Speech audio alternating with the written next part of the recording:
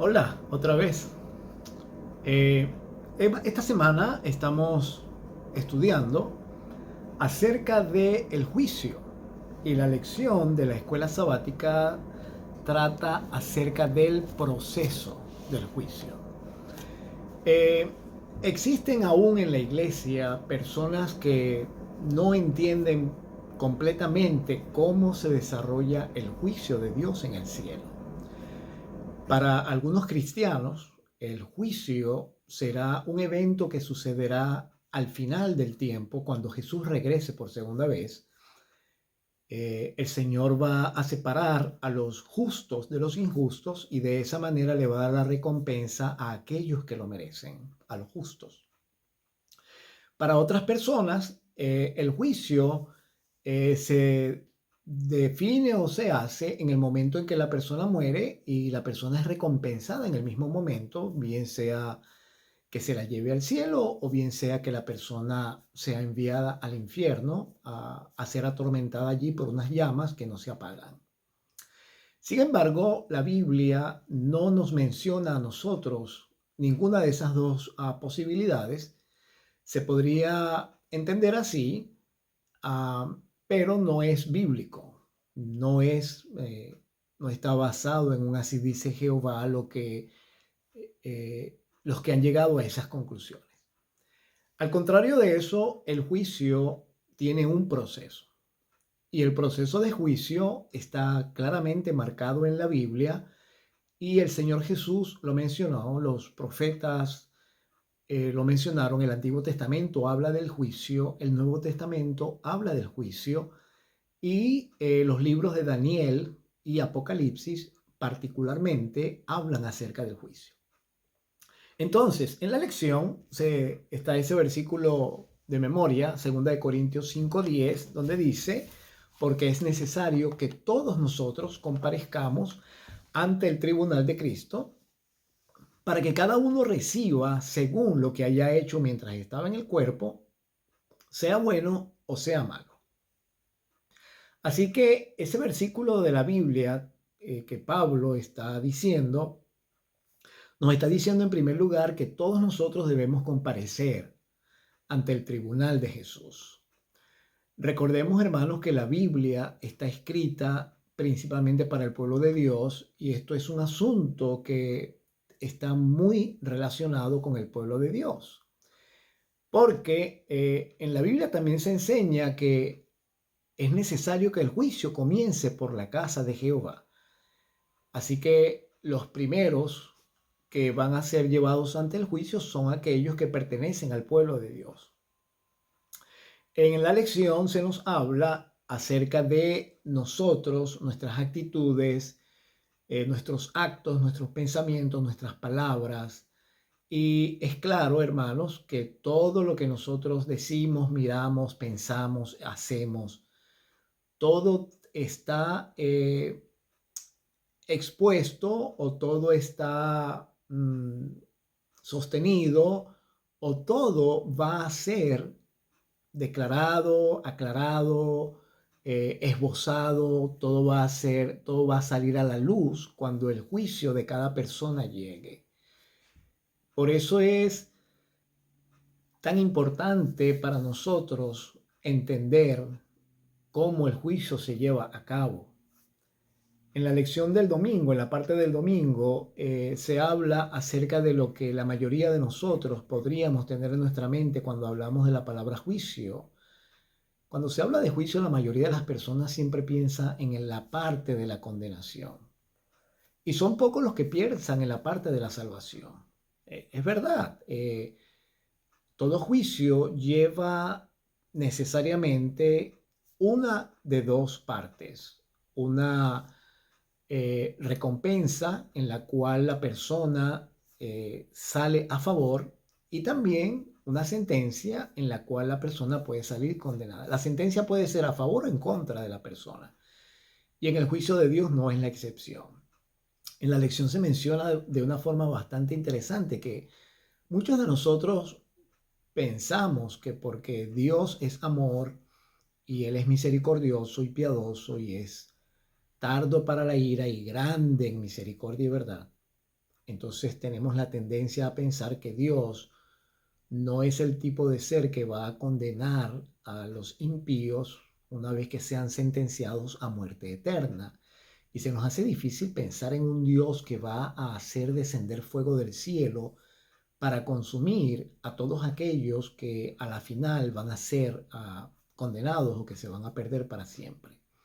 Sin embargo, es importante resaltar que en la lección se sobresalta el hecho de que una persona que tiene amor no necesariamente por ello no va a infligir o no va a dar disciplina o castigo merecido. Por ejemplo, los padres, los padres que tienen a sus hijos y que los ven todos los días y que tienen que lidiar con ellos desde que nacen hasta que se hacen ya hombres o mujeres, ellos necesitan disciplinar porque en el mundo en el que estamos, todos nosotros tomamos decisiones y los niños también toman decisiones y hay ocasiones o hay veces, a veces son muchas, a veces son pocas, todo depende del niño, en que las decisiones que se toman no son las más acertadas, no están enmarcadas dentro de la ley del hogar, no están enmarcadas dentro de los patrones morales que se le han enseñado al niño. Y entonces, cuando los padres observan esto y se dan cuenta de que hay necesidad de hacer corrección, corrigen. La corrección de los padres, la disciplina, varía dependiendo del trasfondo cultural del padre, de lo que el padre piensa que sea lo mejor para su hijo. El hecho es que por mucho que un padre ame a su hijo, eh, no quiere decir por esto que él va a dejar que su hijo haga lo que quiere y se dañe o se lastime o lastime a terceros y ellos van a estar sonriendo y mirando y diciendo, "Ah, es que yo lo amo tanto, yo no lo voy a corregir". El amor implica disciplina. La disciplina es parte del amor. El castigo es parte del amor. Por eso, en el juicio de Dios, el castigo es parte del juicio. Cuando al final del tiempo se tenga que dar el castigo a aquellos que lo merecen, Dios va a castigar. Y es que hay algo bien interesante. En la lección también se menciona que sería una tortura eterna tener en la vida eterna a aquellos que aman el pecado y que no quieren estar en la vida eterna. Eso sería una tortura eterna para ellos y allí a Dios se lo acusaría de ser injusto por haberle dado la eternidad a personas que realmente no la querían, que aman el pecado. Por eso, para ellos, el castigo final, la muerte eterna, va a ser un castigo de amor, porque ellos, eso es lo que quieren. Toda persona que se vaya a perder, se va a perder porque eso fue lo que decidió, porque a cada quien se le ha dado la oportunidad de decidir por su salvación. Y si alguien decide simplemente seguir en el camino del pecado, pues está decidiendo que se quiere perder. Y Dios simplemente va a completar o a terminar de complacer a esa persona con lo que quiere. Eh, También en la lección se habla acerca de cómo nosotros somos salvos por gracia, justificados por la fe y juzgados por las obras. Algo que es bien interesante. La gracia de Cristo es la que nos salva y la fe es la que nos justifica. Y finalmente las obras que hacemos son las que nos van a juzgar. Por ellas vamos a ser juzgados, como dice el libro de Eclesiastés en el capítulo 12, versículo 14. Toda obra, Dios traerá toda obra a juicio juntamente con toda cosa encubierta, buena sea buena o mala. Y también en Santiago, capítulo 1, en los versículos 25, en el versículo 25, se nos habla de que la ley es para ser obedecida. El que mira atentamente en la perfecta ley, que es la de la libertad, y persevera en ella, no siendo oidor olvidadizo, sino hacedor de la obra, este será bienaventurado en lo que hace.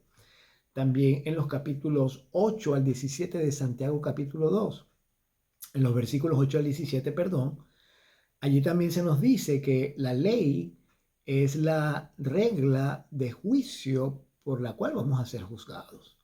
Así que nosotros necesitamos tener eso bien claro. Algunas personas piensan que la obediencia a los mandamientos no es algo importante. Sin embargo, esa va a ser nuestra norma del juicio. Por ella, por esa obediencia o desobediencia, vamos a ser juzgados.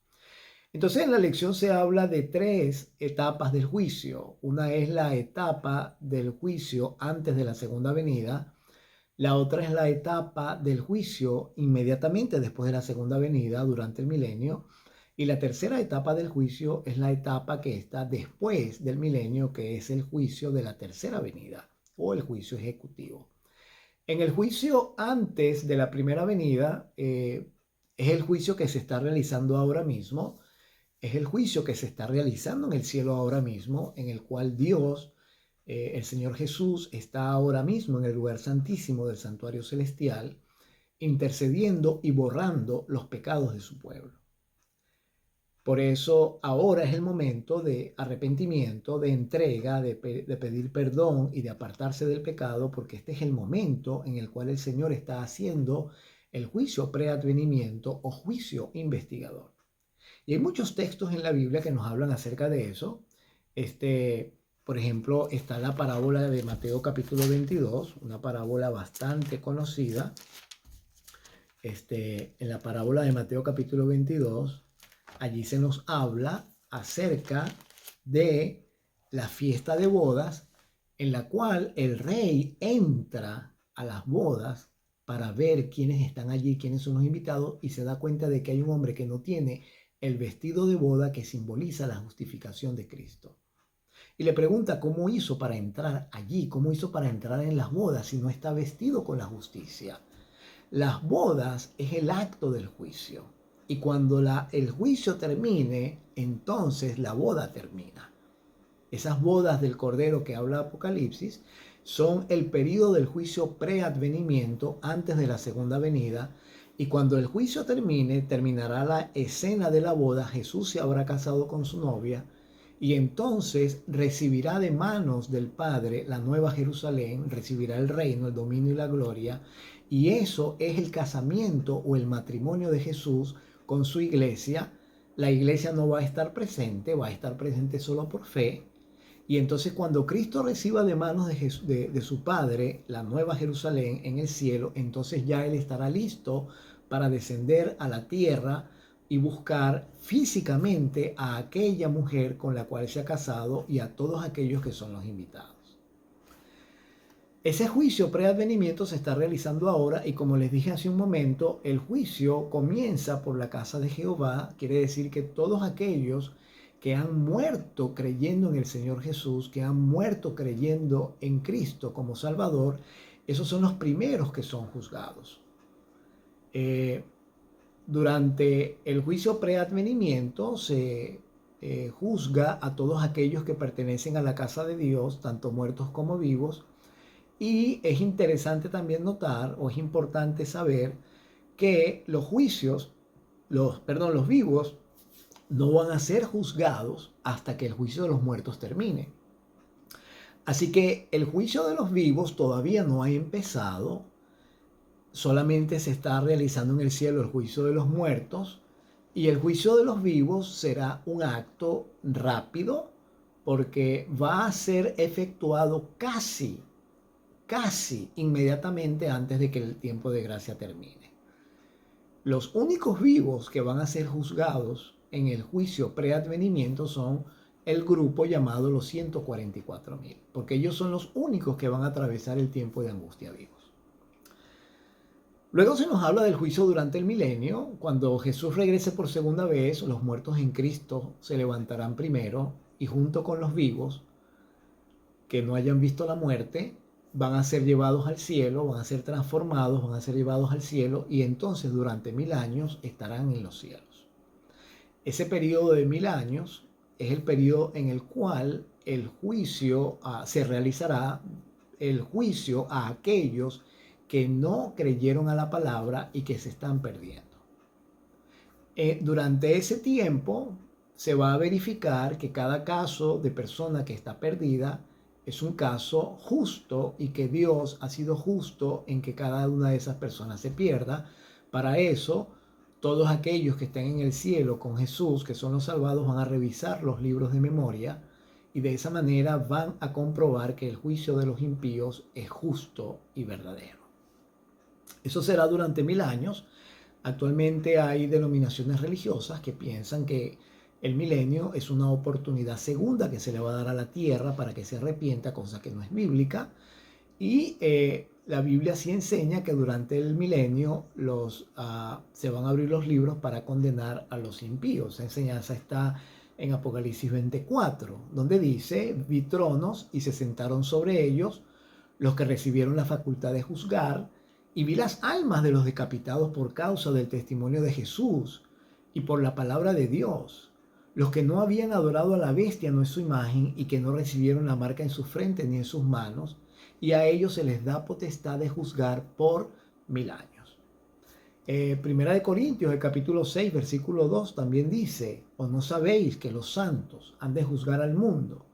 Y si el mundo ha de ser juzgado por vosotros, sois indignos de juzgar cosas muy pequeñas. Así que el juicio preadvenimiento y el juicio durante la segunda venida, o es decir, inmediatamente después de la segunda venida, es algo que está claramente definido en la Biblia. En Daniel, en el capítulo 7, allí se habla de la escena cuando el Hijo del Hombre se acerca al anciano de grande edad y se le da a él la oportunidad de juzgar. Eso es parte del juicio preadvenimiento. En el juicio preadvenimiento es bueno que nosotros podamos recordar todas las escenas de Apocalipsis en las cuales el apóstol Juan habla de cómo se establece el trono celestial. Está el Padre sentado en su trono, están los miles y millones y miríadas de ángeles alrededor de él, también están allí los 24 ancianos, allí están los seres vivientes también representando a la hueste angélica. Cuando nosotros damos un vistazo al Apocalipsis y nos damos cuenta de que todas las escenas están en el contexto del santuario, porque se ve el candelabro, allí está la mesa con los panes, allí está el incensario. También en Apocalipsis 11 se dice que se abre el templo de Dios y que entonces cuando se abre el templo de Dios se hace silencio en el cielo. En otras palabras, toda la escena apocalíptica está enmarcada en el contexto del santuario, y eso quiere decir, hermanos, que el juicio se está realizando en el santuario celestial. Y la Biblia nos enseña a través de la profecía de Daniel, capítulo 8, en el versículo 14 particularmente, donde dice: hasta 2300 días de tarde y mañana y el santuario será purificado. Esa verdad nos está diciendo a nosotros que en el cielo se está realizando la misma escena que se realizaba en el santuario terrenal, tanto en el diario como en el día de la expiación. Así que nosotros ahora estamos en lo que se llama el día de la expiación escatológico, el día de la expiación final. No es un día de 24 horas, pero es un proceso. Se lo llama en la Biblia el día de Jehová. Es un proceso que se realiza en el cielo, en el cual Jesús, como sumo sacerdote y como mediador, está intercediendo para quitar los pecados de su pueblo y borrarlos, y de esa manera adjudicarles la vida eterna. Así que entonces nosotros ya entendemos que hay un juicio preadvenimiento que se está realizando ahora mismo, que comenzó cuando la profecía de los 2300 días llegó a su culminación en el año 1844. Allí comenzó el juicio preadvenimiento o juicio investigador, lo que también en la Biblia se denomina las bodas del Cordero.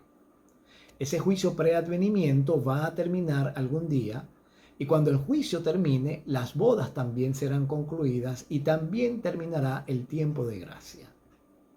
Una vez que termine el juicio y concluyan las bodas y se acabe el tiempo de gracia, entonces será la oportunidad para que Jesús reciba de parte de su Padre la nueva Jerusalén, con todos aquellos que pertenecen a ella, que no están en el cielo, sino solamente por la fe. Se realiza la boda en el cielo, se concluye la boda, y entonces Cristo viene a la tierra por segunda vez a buscar a su esposa y a todos aquellos que son los invitados a las bodas. Durante 1000 años, que es la segunda fase del juicio, todos aquellos que han sido redimidos para el cielo y para la vida eterna tendrán entonces la oportunidad de revisar los libros de memoria para verificar el caso de cada impío que ha sido condenado y también de todos aquellos que profesaron ser cristianos pero que se pierden. También van a ser revisados esos casos para saber por qué razón están perdiéndose. Entonces, finalmente, la tercera fase del juicio de Dios es la fase ejecutiva. La fase ejecutiva, ¿verdad? Está allí a partir del día miércoles. En el juicio ejecutivo, lo único que se hace, hermanos, es simplemente dictar la sentencia contra todos aquellos que se están perdiendo. En el juicio ejecutivo, cuando Jesús regresa a la tierra por tercera vez, la Biblia dice que entonces los impíos son levantados de la tierra, son resucitados, y en ese juicio ejecutivo, allí todos los impíos van a reconocer la justicia y la verdad de Dios, van a reconocer que los juicios de Dios son justos y verdaderos. Es en Apocalipsis, en el capítulo 20. En Apocalipsis, en el capítulo 20, la Biblia enseña en los versículos 5 en adelante, pero los otros muertos no volvieron a vivir hasta que se cumplieron 1000 años.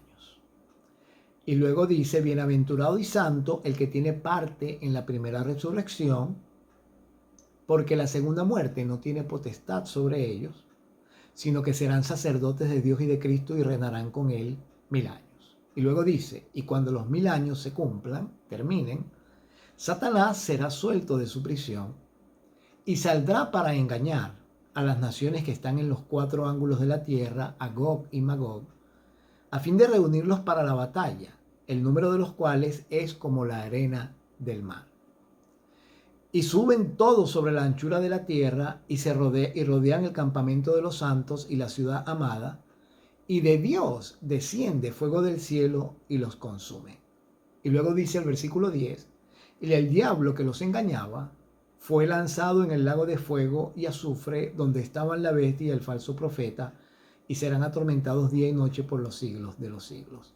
Así que entonces es clara la enseñanza de que va a haber una segunda resurrección y va a haber una condenación para los impíos. Y nosotros no debemos dejarnos confundir porque en el versículo 10 diga que van a ser atormentados día y noche por los siglos de los siglos, porque eso es una expresión bíblica para hablarnos acerca de la consecuencia del castigo final.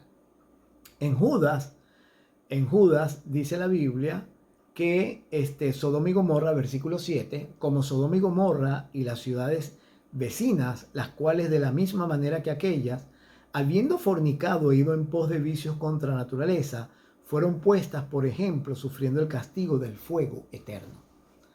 Sodoma y Gomorra no están ardiendo ahora mismo, sin embargo la Biblia dice que ellas están sufriendo el castigo del fuego eterno, porque todo lo que desciende de Dios es eterno.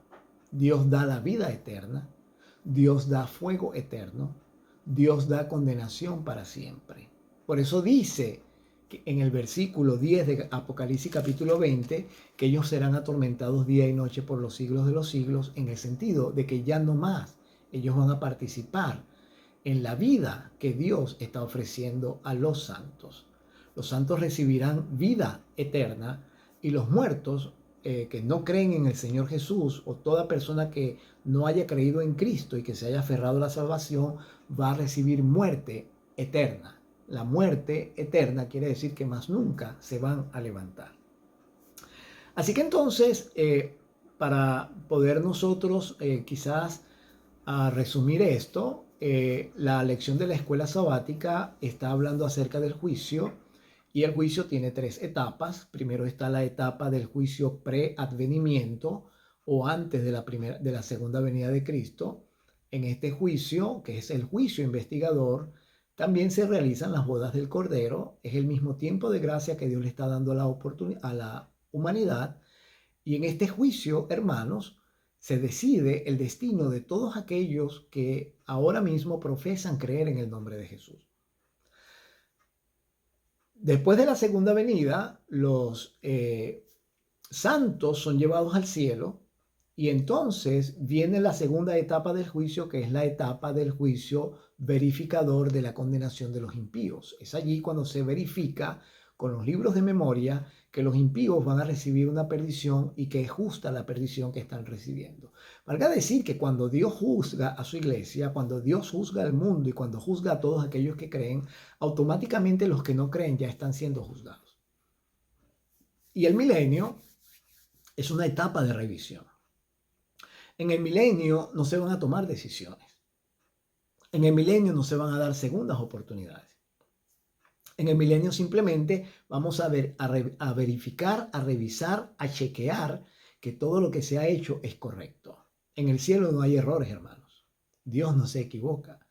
Nosotros, como hijos de Dios, como seres humanos, llevados al cielo y transformados por la gloria y la misericordia de Dios que nos permite estar allá, vamos simplemente a revisar que todas las cosas están en orden, y no porque Dios se equivoque, sino porque el universo entero necesita estar seguro y al unísono con la justicia de Dios, porque el pecado no se va a volver a levantar. Y una vez que el milenio termine, entonces se va a verificar el juicio ejecutivo, y cuando el juicio ejecutivo termine, hermanos, todos los impíos van a reconocer la justicia y la verdad de Dios. En el juicio ejecutivo se va a destruir a Satanás y a sus ángeles y a todos los impíos. La Biblia dice que no va a quedar de ellos ni raíz ni rama.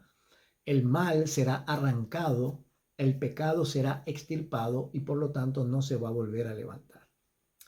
En la lección del día viernes se nos anima a leer algunos textos, como por ejemplo Palabras de vida del Gran Maestro ante el Tribunal Supremo, El conflicto de los siglos, el fin de conflictos, así se titula el capítulo, y también se nos invita a leer unas citas que están allí. Allí dice: en el día del juicio final, cada alma perdida comprenderá la naturaleza de su propio rechazo de la verdad.